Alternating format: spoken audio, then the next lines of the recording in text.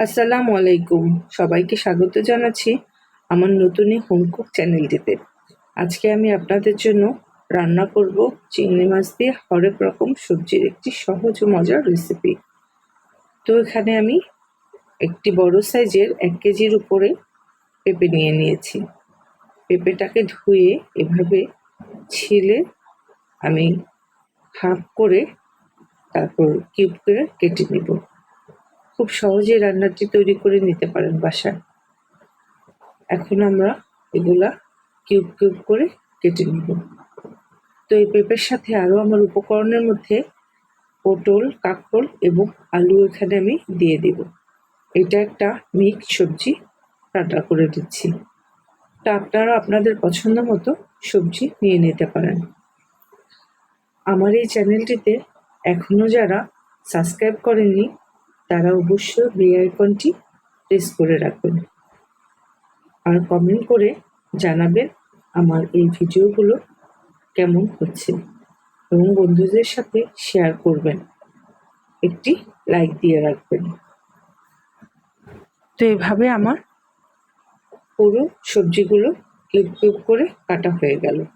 এখন একটি বাটিতে আমি পর্যাপ্ত পরিমাণে পানি নিয়ে এভাবে ধুয়ে পানিটা শুকিয়ে আমি সাইডে রেখে দিচ্ছি। এবার কড়াইতে প্রয়োজন মতো তেল দিয়ে পেঁয়াজ রসুন দিয়ে দিচ্ছি। পেঁয়াজগুলো একটু নরম হয়ে এলে হাফ কাপের উপরে চিংড়ি মাছ আমি টুকরো করে কেটে রেখেছিলাম সেগুলো দিয়ে ভেজে নেব। তবে ভাজাটা যেন বেশি সময় ধরে না হয়ে যায়, তাহলে চিংড়ি মাছগুলো শক্ত হয়ে যেতে পারে। এবার এক এক করে সবজিগুলো দিয়ে দিলাম। সবজিগুলো দেওয়ার পরে আমি এখানে হাফ চামচ পেঁয়াজ বাটা, হাফ চামচ আদা রসুন বাটা আর দিয়ে দিলাম হাফ চামচ হলুদের গুঁড়ো দিয়ে ভালো করে নেড়ে চেড়ে ঢাকনা দিয়ে কিছু সময় এভাবে কষিয়ে নিব।